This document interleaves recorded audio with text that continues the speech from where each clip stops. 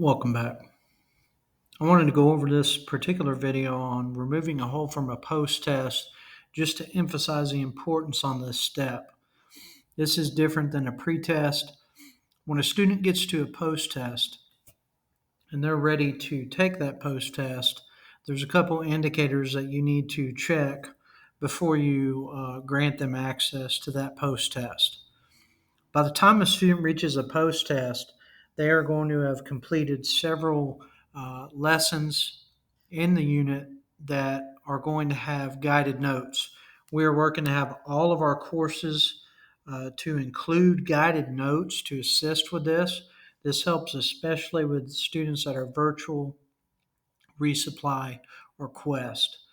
This is also very helpful for students in person. Most campuses have the guided notes for each lesson printed out, but I wanted to go ahead and show you here when you get to a point where a student, we're going to use test student 130 as our example.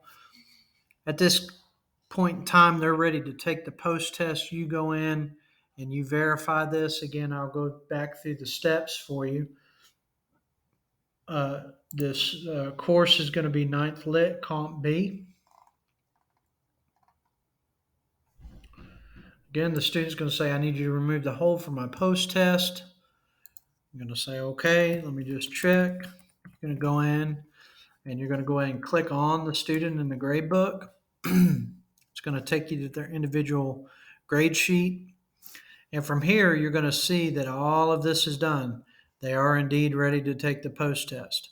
However, before you remove the hold from the post test, one of our best practices that we've implemented, we didn't have this in GradPoint or any of our other learning management systems, but 95% of our courses now, and we're going to eventually have 100% of our courses have guided notes for each unit, for each lesson.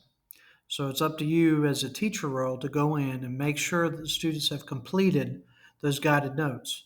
Now, if they're working virtually, they can either send you a picture of those guided notes or they can share a Google Doc with you with those guided notes answers. That way you can verify that they're actually ready to take the post test. In person, obviously, you're probably going to have printouts of those guided notes. You're going to have the spiral binded notebooks.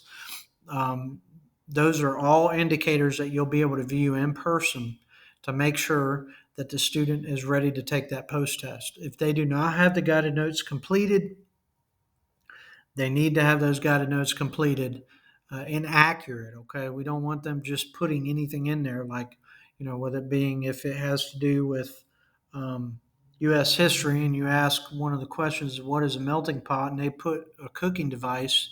Obviously, that's not relevant to what that specific definition is. So keep that in mind when you're looking at the guided notes. Okay, so verify that all guided notes are ready, completed, and accurate as best as they can be.